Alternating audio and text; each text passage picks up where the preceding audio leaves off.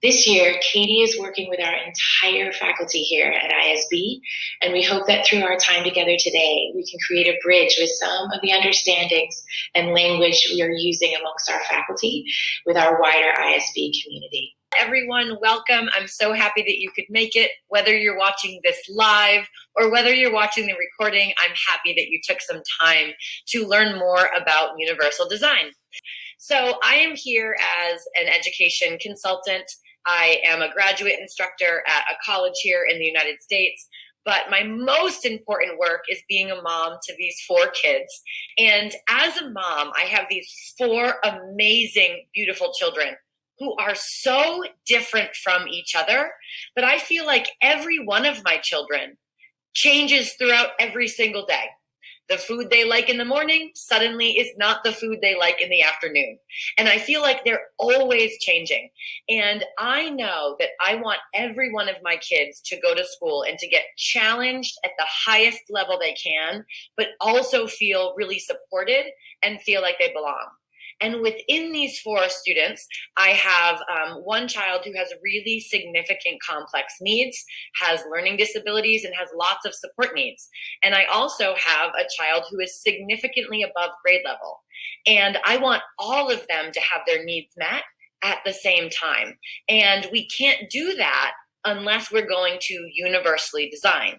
So hopefully after this morning together, you'll have a better idea of what it means to universally design, and not only how it will help our students feel like they belong and will help to challenge them at very high levels, but the most important thing is it's going to help our kids build more self-awareness and more self-direction so they can challenge themselves. And I know as a mom, I think I do a lot of things for my kids that they could do themselves. And when I was a teacher, I felt like it was always my job to challenge students. And it's really important that our kids learn how to challenge themselves. They learn what they need to be supported.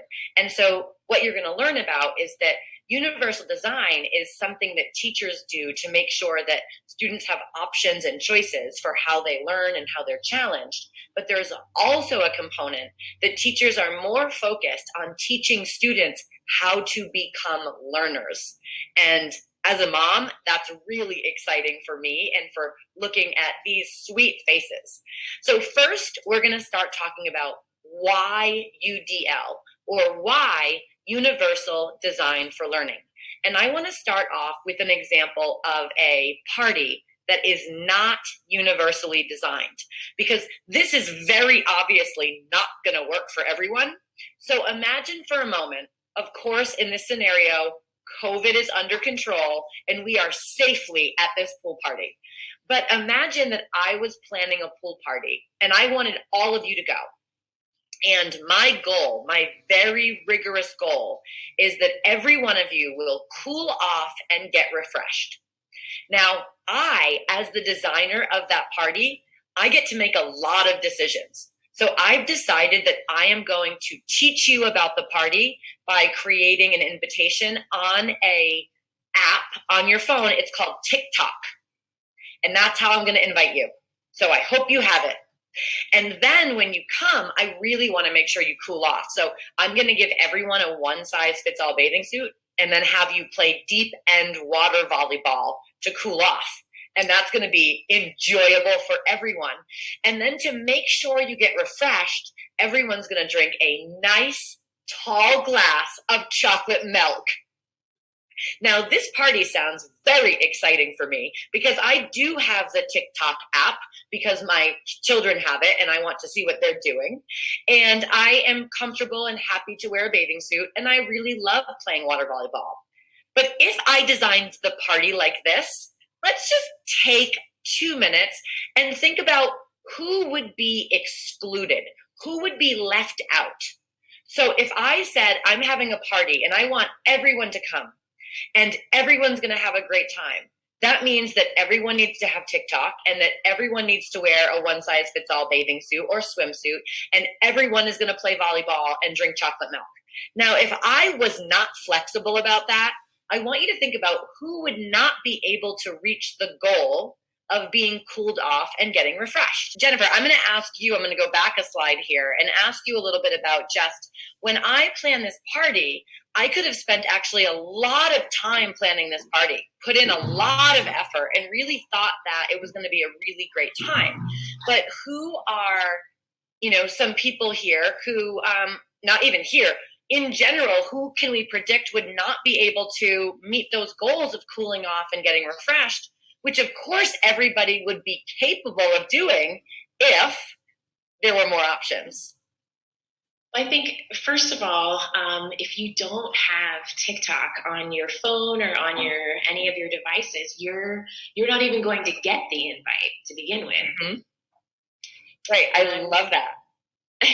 And then I would say you think that you're giving everyone a swimsuit, but if it's all one size, that would be excluding a lot of people who are invited as well. I don't know if everyone wants to get into the deep end. What if they're not comfortable with their swimming, and they would prefer, what if they just got their hair done? They prefer not to go and get all the way wet, and maybe they don't know how to play volleyball, or they don't really particularly care for volleyball. And then I'm thinking about that chocolate milk in the end, and I'm not so sure that would be the best refreshment. What if you're lactose intolerant, or what if that's not exactly what you would like to have on a warm day at a pool party? And so I love this. I got a private chat and someone is watching it with their children, and the children said, I don't have TikTok and I'm not going to wear a bathing suit that person gets for me. So I love that there's families watching this right now. That's amazing. And the whole point of this is not designed for everyone. This is only designed for some people. It's designed for people who have TikTok. It's designed for people who drink milk. It's designed for people who know how to swim. And it's designed for people who are kind of a mythical average shape who would fit into a one-size-fits-all bathing suit that actually doesn't fit really anyone. And so this is not universally designed. So I want to give you an analogy that I like to use to think about in your own kind of entertaining at your house. You probably actually approach planning through a lens that is similar to universal design. So that pool party would not work for everyone. And if I wanted to have a party at my house, a dinner party, and I wanted it to work for everyone, I would have to design it differently. And so imagine for a moment that you came to my house and the only thing that I served you was a tuna noodle casserole. That is something that my meme used to make almost every week. And as you can see in the picture, there are some noodles, there are some canned vegetables, there's some canned tuna fish, and then there's a cream sauce. And if I served this, I know that there are barriers. I know that there's many people who would come to my party that couldn't eat, because you couldn't eat that if you were lactose intolerant. You couldn't eat that if you had a plant-based diet. You couldn't eat that if you had already eaten, if I didn't make it really clear that the goal was to come to the party and to have a delicious meal. And so I want to move away from one size fits all. I don't want to put the same plate in front of you with the same exact food and say you have to eat that, because it wouldn't work for everyone. So what I want to do is I want to start moving away from giving everyone the same thing and instead giving everyone options and choices. And so if somebody came to my house, I might say, here's a salad and you can choose your salad dressing. Or I might have a couple of different side dishes that people could choose. And I want to make sure that a guest could come to the party, could look at the goal to have a lovely meal, and then to put a plate together on their own. But in order to do this really well, I have to know what my goal is. Because as I was reading some of your feedback in preparation for this webinar, there were some questions about, if we provide these options and choices, are we really preparing our kids for, college and careers? And so we can't just put any options and choices out. We have to be really, really thoughtful about every option and choice we provide actually allows people to meet that goal. And we're going to talk a little bit more about that.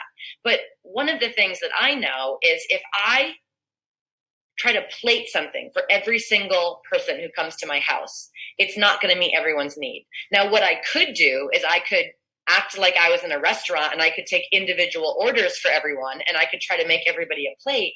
But I don't think I could do that. I wouldn't have enough time to do that. The most important thing is that I put out options and then I teach you how to make really good, responsible decisions about how you're going to create this plate so you have something nutritious and you have something delicious. And so I always like to think about when we're creating a dinner party and we're having guests over, we tend to have lots of different items. This is a table that's a great example of having lots of different items on the table. So people can choose what works best for them. And so I want you to think about when we're designing for everyone or when we're designing universally, we're actually embracing differences by recognizing what are some barriers. So as a classroom teacher, I always know that I have students who really need some really significant challenge. Because when I'm looking at my grade level standards, there might be some students who already can do that. And so I want to make sure I have options available that are very challenging. I also know I'm going to have students who have support needs. So I want to have lots of examples, lots of exemplars, and things like graphic organizers. I want the directions clarified. I'm going to have those as options as well. And what's even more impressive here, what's more exciting, is that all of the options are available to everyone. Because sometimes our highest performing students are having a really difficult day, and they might need a scaffold or a support. And sometimes we have students who might have some challenges and have some support needs, but they're so interested in something and they want to take on that challenge. And so what's really beautiful is about all the items are available to everyone. And that's what it means to universally design. Now, some of you are thinking, but my students or my children might not know yet what they need. That's okay, because a part of this framework is how we're going to teach our kids to be more self-reflective, to know their strengths, to know areas where they can really benefit from support, so all of them be the most successful and balanced people that they can be. And someone who is self-directed and self-aware and knows how to challenge themselves will be really successful in college and careers. And so how does this analogy help you to recognize the importance of having different options so everyone can meet the goal? But we've started off just by talking about when we don't provide options and choices, some people are excluded. Some people can't be a part of the learning experience. Some people would be prevented from meeting the goals. And certainly with the right options and choices, with the right support, everyone can be really successful. We just need to know, like, what are those options that our learners need? And our learners need to know what they need to do to be successful. And so when we talk about what is universal design, there are three core components of universal design.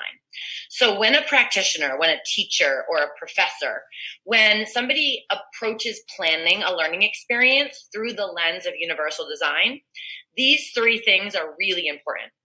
The first is this concept of variability. And variability is that our kids are really different from each other. But what's even more complicated is that a single child's needs change day to day based on their mood, based on if they're hungry, based on who they're hanging out with, based on who their friends are. Our kids are changing so much. So there's two types of variability. One kind is called interpersonal variability, and that's like we are different from each other. Intra variability means that my needs change day to day. Okay, I am a writer. I've written over 100 articles. I've written 10 books.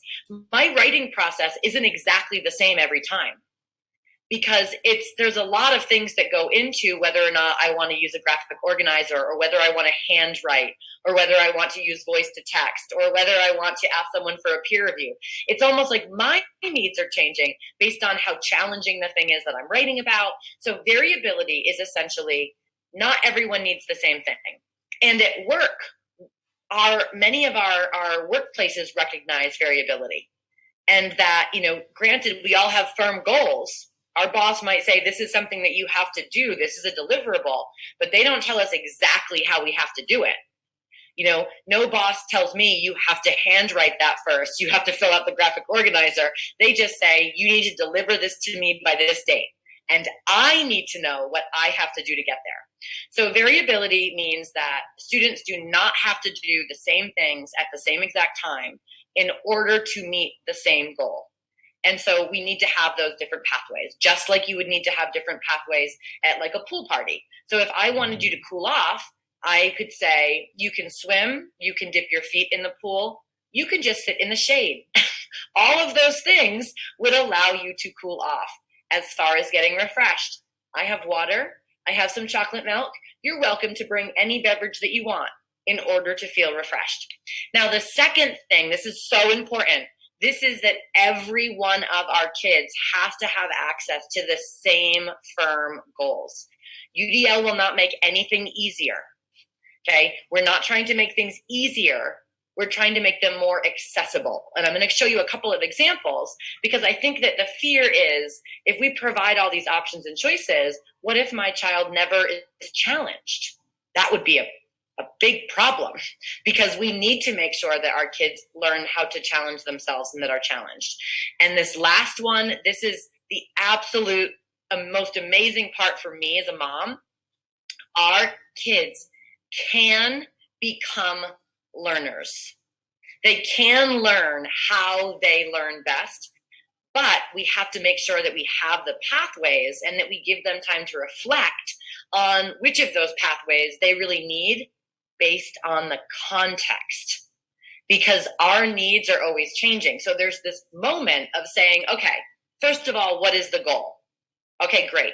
Second of all, how am I doing right now? And then what pathways, which strategies, which tools are going to best set me up for reaching that goal, given my mood and how tired I am and how much time that I have available. And we have to learn how to make those choices. So when we're thinking about universal design, an educator starts off by asking, what's the goal? What is it that every student has to know and do? Sometimes they all have to learn how to write. And so my options and choices will all require writing.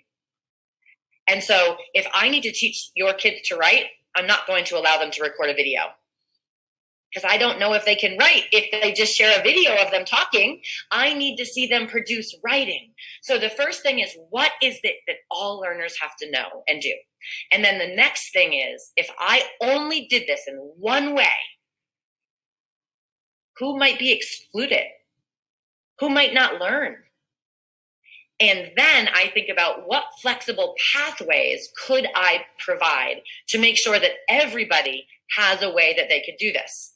So I know if I just shared a prompt for writing, let's say that I said, okay, everyone, you're all now going to write a food memoir.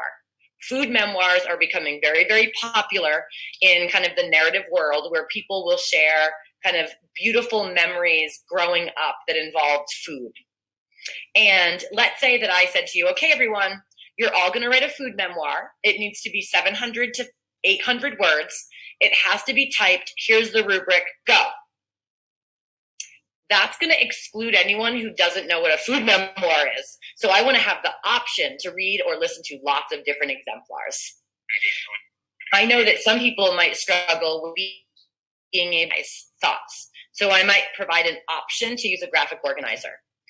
Some learners might struggle with when you're writing any sort of like narrative, you want to have descriptive details. So I might need to have like a reference sheet, helping everyone recognize that like descriptive details are like, what does it look like? What does it smell like? So I can provide pathways to use different tools. But here's the most important thing you need to know as a parent. We're not just going to allow students to make choices that are not effective and then go, oh, they didn't get it. Too bad. Once our kids hand in a formative assessment, which is like, it's not the end all, right? I just started teaching writing, and very early on, I have them do their first writing piece. I'm going to look at that and I'm going to say, oh no, these students here don't seem to be making super effective choices about organization because they're really struggling with organizing their writing. So I want to pull that small group of students to explicitly teach, let's take what you have and let's organize it better. And I might say, ooh, these 6 are brilliant. They're just brilliant. And I want them to take it to the next level. So I'm going to pull that small group and say, I absolutely love what you've done here. I want to see if you can make your narrative technique a little more subtle. So what's so cool about this is that every learner will have an option to really think about the goal, to look at a lot of exemplars and rubrics and graphic organizers, will be able to try to create their own strategy to produce some work. And then the teachers are going to look at that work. And in addition to having that opportunity to access all those pathways, then a teacher can target instruction. So everyone is really getting what they need. Because can you imagine if you just start off at the beginning of class and you start going on, I'm going to do a 30-minute presentation on organizing writing. There are some kids who already know how to organize writing. They're going to be bored out of their noggins. However, if I can say, let's explore really great writing, let's try to put your best writing forward, and then I'm going to help you make that writing better. That's very exciting. So we give every student an opportunity to reflect, to try different pathways, and then a teacher is going to be providing a lot of different feedback. And that's called differentiated instruction. We're giving different groups of students support based on where we see they are. But we always, the next day, give them options to really decide. So as a mom, I could say to my kids, why don't you go over to that buffet? As a reminder, for breakfast, we're going to try to choose something from the protein table and something to hydrate yourself. And here's a couple of examples of how you could put that plate together. This is what I'm putting together. Why don't you go make your plate? Now, if my kids come back with only a bunch of brownies and soda, I am going to differentiate instruction and say, okay, come here, let's walk back through this buffet together. So I promise you that we're not ever going to let students just go out on their own. It's just, we're going to allow them these small periods of recognizing what I chose maybe wasn't the best strategy. And that is how we help them become stronger in their learning. And so when a practitioner is focused on universal design, they're really thinking about those really high standards, the grade level standards, the IB standards, right? That's how we're designing. So really rigorous instruction for everyone. But then recognizing if we don't have those supports and we don't have those scaffolds and we don't have students, actually explore and take on some of that themselves, then they're always going to be dependent on us to make decisions for them. And that's not going to set them up for success in the long term. So we're going to say to students, what do you want to try? What do you think might work? And there's this period where all of us have to be a little bit more flexible, knowing that differentiated instruction is still going to happen. Your children will get the support that they need. But when we give them all an opportunity to look at the options, I want you to just think about how powerful this is. So there's something that's called the UDL Guidelines, and those are just strategies that teachers can use. And when you look at them, it's really easy to say, oh, maybe this already happens. But now that you know, if you've thought about the dinner party and you've thought about the pool party, is the reason that I'm providing these options is because I want to say to students, really think about what you need to do to challenge yourself and be supported. What is your mood today? How did you do on that last assessment? What are your goals for college or career? Take a breath and get what you need so you can really buckle down and challenge yourself today. But when I'm providing those options and choices, I'm also saying to my kids, you have to think about what you need. Look back at your previous work. Think about your own personal goals. Look at the scaffolds and exemplars that are available to you. Over time, I will encourage students to move away from using them, but I learned what great writing was by having access to a lot of really great writing. So having those exemplars available so I can compare what I'm doing towards the exemplar. And then it helps them to make goals. So imagine that you came to my party and instead of saying to you, here's your chocolate milk, I said, I have some different herbs and things if you want to put mint or rosemary in your drink, and there's some citrus fruit, and I have some water and some seltzer water. If you'd like something harder, it's available, but like, feel free to make your own drink. Here's a couple of different recipe cards, kind of taste if you want. A glass of water is perfect, but this allows you to kind of personalize. And that, just by putting out the ingredients, more of you will actually have something that works for you. And you might learn about like a new twist of like, I never thought to do like a lemon basil seltzer water, but I don't have to do all the work. But when I check in with you and say, how's your drink? If you're like, oh, it's disgusting, I'm like, okay, let's walk back through together. Let's try each of these. Like, just try a little bit of the rosemary. Do you like it? Oh, no, I don't like it. Okay, that might not be the best choice for you then. So, like, we're actually supporting students to learn how to make their own decisions. And so what I want you to know as a parent is it's really important that, like, UDL is a way that educators approach planning, saying if this is the rigorous goal, and I want every student to have access to that, and I want every student to have no ceiling above their heads, right? And this is really exciting for students who have support needs. I am a mom of one, and students who have significant needs for acceleration, because in first grade, they're operating at a fourth or fifth grade level, right? But none of those students are going to have their needs met if they're always doing the same thing. Right? So we say, here's the ingredients, and you as a learner, whether you're 3 or whether you're 18, are really going to think about the goal. You're going to look at what all your options are, and you're going to start putting these things together. And then we can create flexible instructional groupings to better meet the needs of all learners. So again, this is not like a magical strategy. It's more of, when I provide these pathways, then more students will have access to like the best of what I have available. So what I want to do real quick is talk about, well, why is this the best thing ultimately for our babies? Is in education, we talk about something called, we want our kids ready for the future, is the long and short of it. A number of you, when I looked at the survey, were like, how does this, I want to make sure my children have some sort of balance. I want to make sure my kids are ready for college and career. Absolutely. I want the same for my kids. But when we think about what do we need to be successful, it's not just the academic knowledge and skills. So if you look at that first row, math, science, world language, arts, PE, right? History, there's amazing core knowledge and skills that we need our kids to be educated, but that is not enough if they don't also learn how to learn how to innovate, and then develop these life skills of like anybody who's really successful in whatever space they have chosen to land, work well with other people, are self-directed, are flexible enough to know that what works for me in one scenario, I might have to change based on the context. And so when we design classrooms where we only provide students with one way, and we say, follow the directions, do it this way, it's like robotic. They don't have to think very hard. Okay? They don't have to to be really creative and try to figure out, should I do it that way? Should I do it that way? So by saying like, this is how you do it, it is my job to challenge you, we may end up with very high levels of knowledge and skill. Kids who can write awesome, kids who can tell you everything about politics and world religion and all of that, but who are really dependent on adults.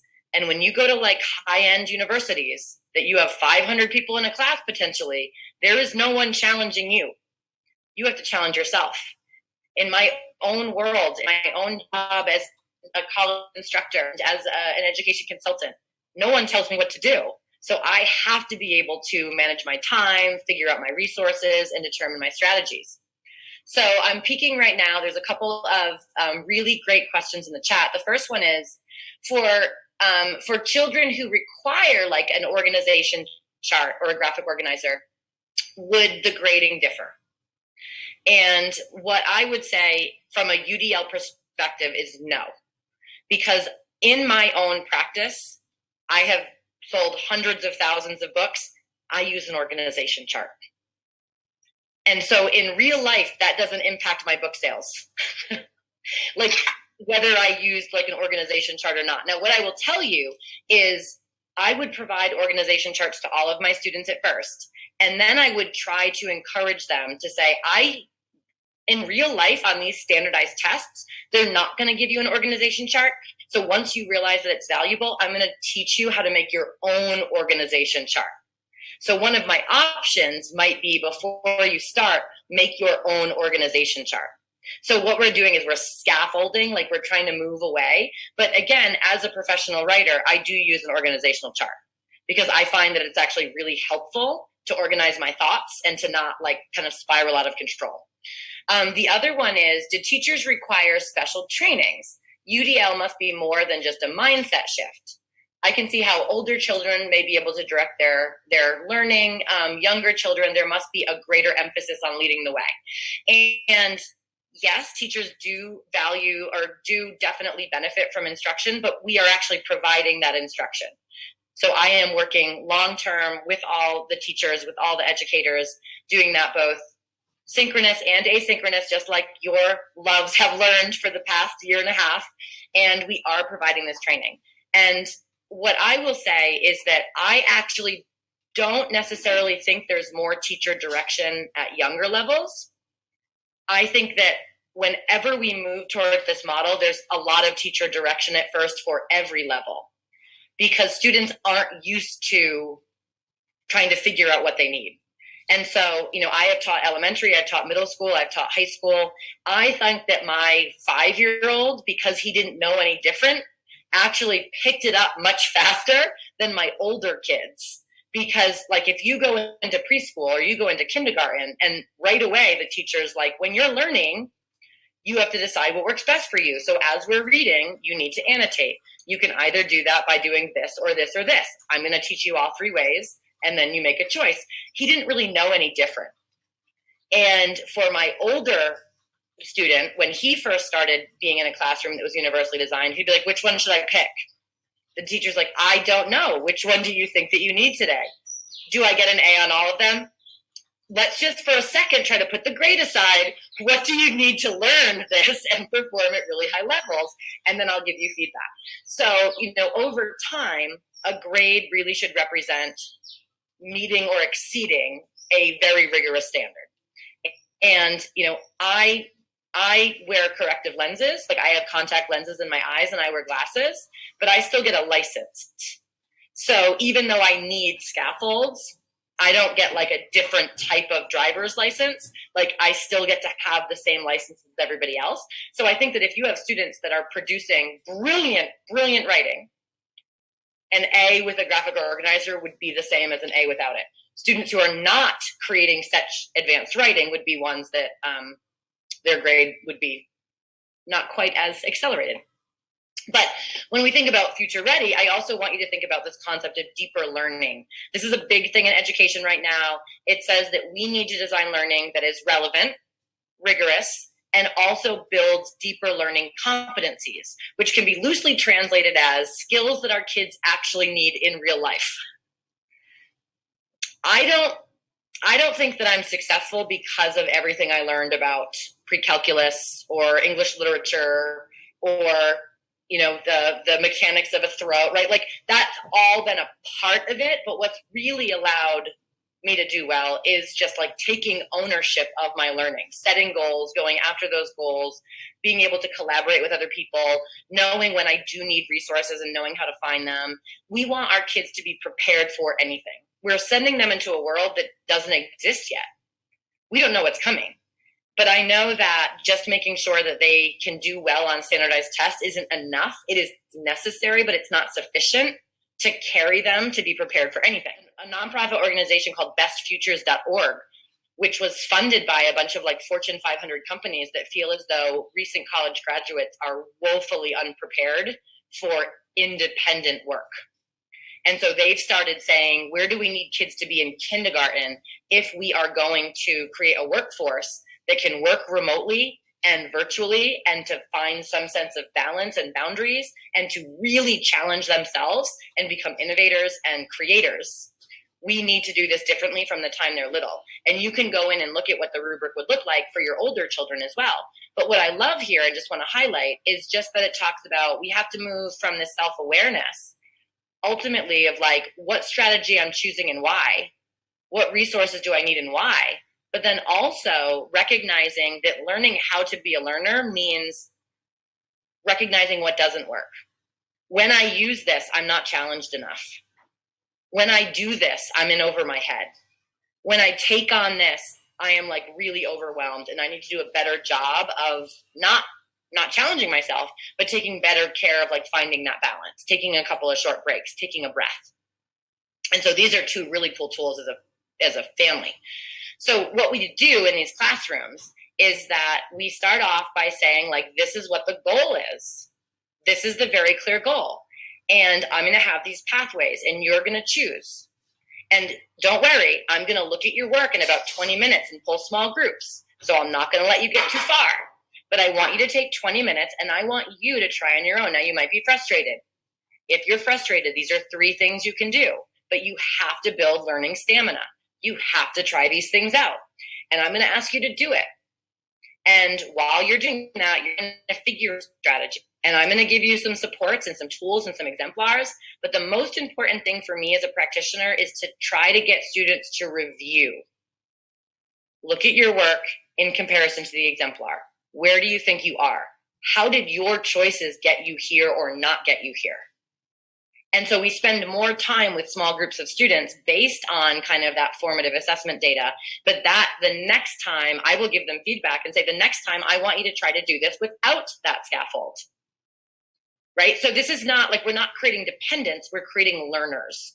And so over time, we want to make sure that we support our kids to be more self-aware, to be more self-directed, so that they can become expert learners. Expert learners are given a goal, a firm goal, a very rigorous goal, and are able to try to figure out what is the best strategy for them, what resources do they need in order to do it. And that mirrors much more closely the expectations in college, the expectations in our own careers and our lives. And again, I've worked with thousands of districts all over the world who have seen really, really significant increases in the number of students who are doing well in advanced coursework, in the scores on standardized tests, and most importantly, for me as a mom, is students are reporting much higher levels of engagement. And like, we need kids to say like, I am being challenged. I like feel like I can be successful here. This makes sense to me. So like, this will absolutely increase outcomes, but it also increases that like, I know what I need to do to be successful. And if the adult isn't standing right here, I can still figure that out. So the last thing I want to show you is just when we're talking about goals, we really have to look at those goals. And so none of your students, none of your kids will be prevented from working towards rigorous standards. But we've done some work, I've done some work with the teachers at ISB, and we've talked about the 2 very different types of standards or goals. So sometimes teachers actually teach content. They just teach like, you need to be able to understand how stars produce elements. That is knowledge. It's conceptual understanding. And that standard doesn't say that students have to write it. That would be a next generation science standard that like stars, I actually didn't know this until putting together this presentation, stars have a life cycle and the elements on Earth are like produced by stars out in like the outer space. It's fascinating. So when students have to like communicate ideas, I, as a teacher, they don't have to write because the standard doesn't say they have to write. So for me, I want to give students lots of different ways where they could communicate what they've learned. And there's some flexibility there. The same thing is like in an art class, like we want them to be able to compare and contrast 2 different pieces of art. That doesn't have to be in like a video. It doesn't have to be writing. We can allow kids there to be really creative. But there are also standards like accurately measure using a protractor, like write a narrative. If that's the standard, everyone is learning how to use the protractor and everyone is going to produce a written narrative. So we've spent a lot of time in our work together really thinking about what is it that all kids have to know and do. So let's take an example of the stars. If students have to communicate ideas about stars, I would start with like a mini lecture and share just like why it's important and give an overview. And then I could say, okay, listen, you have 3 different choices here to build background knowledge. You can either read a chapter of the textbook, you can explore this really rigorous online article, or you can watch a video of me kind of breaking down the textbook chapter. Okay, now you're going to go back to these frequently, but just choose one of them to start to build from background knowledge. Okay, great. And students are like learning, and so I need to pause because I'm like, which of these do you think is going to be the best way to help you learn about these stars? Now, ultimately, I want them to communicate what they've learned.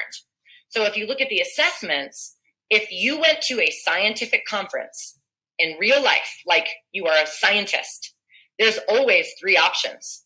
There's to be on an expert panel where you share your findings in words. You can always write a white paper, which is like, it's not peer reviewed yet, but these are your findings. Or you can do an interactive poster session, which is like an infographic. Now, I could say to students, like, this is authentic, this is real. Scientists, when they report their findings, do it in one of these 3 ways. So those are your choices. Now, while you're working, this is the buffet of scaffolds I have available. These are the vocabulary terms that were in that textbook. You need to incorporate all of them. You can't communicate scientific ideas without scientific vocabulary. Okay, here's a graphic organizer, just like I had posted. So it might be like, what is one thing you learned? What is another thing you learned? And then this is how I will grade it. And so you have all these things, and you're going to create your first draft. I'm going to look at those first drafts, and then I'm going to group the students, and then I'm going to differentiate instruction, and then say, okay, go back and really work that out. And then you're going to receive like a real grade on this.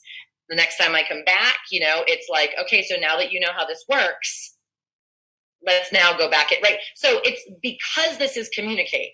Now, if I'm saying that you have to read, then everybody would be in the textbook. So it's just like, what really are we working towards? Now, choice, just because the teacher gives choice doesn't make it universally designed, because look at this. If the standard is accurately measure an angle, not a single one of these things on this page works. So if I, as a teacher, need to teach your child how to accurately use a protractor, I'm not going to allow them to write a letter to a friend or to make flashcards with vocabulary words or write a poem. It doesn't make sense. So I think some people hear about universal design and they get scared that it's going to be like this. And it's, oh, we're going to have all these choices, and how is this really going to prepare kids for the rigor? Well, that wouldn't, and that should never happen in the classroom, because every single time we give choices, it has to come back to that firm goal, and there has to be an opportunity to give feedback on those goals. So just know that you're not going to see something like this, and this would make me very nervous, saying, what is happening in this class? What are you learning? Are you learning about flags? Or are you learning about poetry? Or are you learning about vocab? What's happening? Okay, so when it's accurately measure an angle, then I can say to students, okay, like, I want you to create a really intricate shape, and I want you to really challenge yourself, and like, I want you to accurately measure these angles and like your own problem, create your own shape. Tell me how you're going to do it. Talk to me about how you're challenging yourself. Like, that's the options and choices I want to provide. Ultimately, I will give everyone a standardized assessment. Here are the shapes, measure the angles, because that's what you have to do. Okay, so it's like we're getting them there. Last thing is, sometimes you have to write. If you have to write, so let's say that I started by talking about this food memoir. So let's say ultimately I want them to write a narrative, and as a mini lesson, it's like, let's just start by like talking about culture and food, and as a mini lesson, we're going to write a descriptive paragraph just to see as like a diagnostic where you're at. If I need you to write a narrative, you will write a narrative. So what are your options? Here's a great narrative that you can read first for inspiration. Here's the option to look at the rubric so you know exactly how I'm going to grade this. Here's the option to use a graphic organizer. Here's some prompts. Before you write something that you're describing, actually think about, like, what is the taste, what is the smell? Sometimes it's helpful to draw something first, like before you actually try to describe it, you just sketch it out. And then for that first draft, you can write it, you can type it, you can dictate it. Lots of options here, right? But every student would have an opportunity to create some narrative. I would then use this to create those differentiated instruction groups. And then, okay, now you're going to write like a real narrative. And what do you need to work on as a result? So hopefully those things were helpful. And I would love, just as an end point here, is, what have you learned about universal design? and how it will help every learner over time. This is for the long run. Okay, we don't become expert learners overnight or in a month or even in a year. But if everyone's committing to this over time, every student will be able to access rigorous instruction.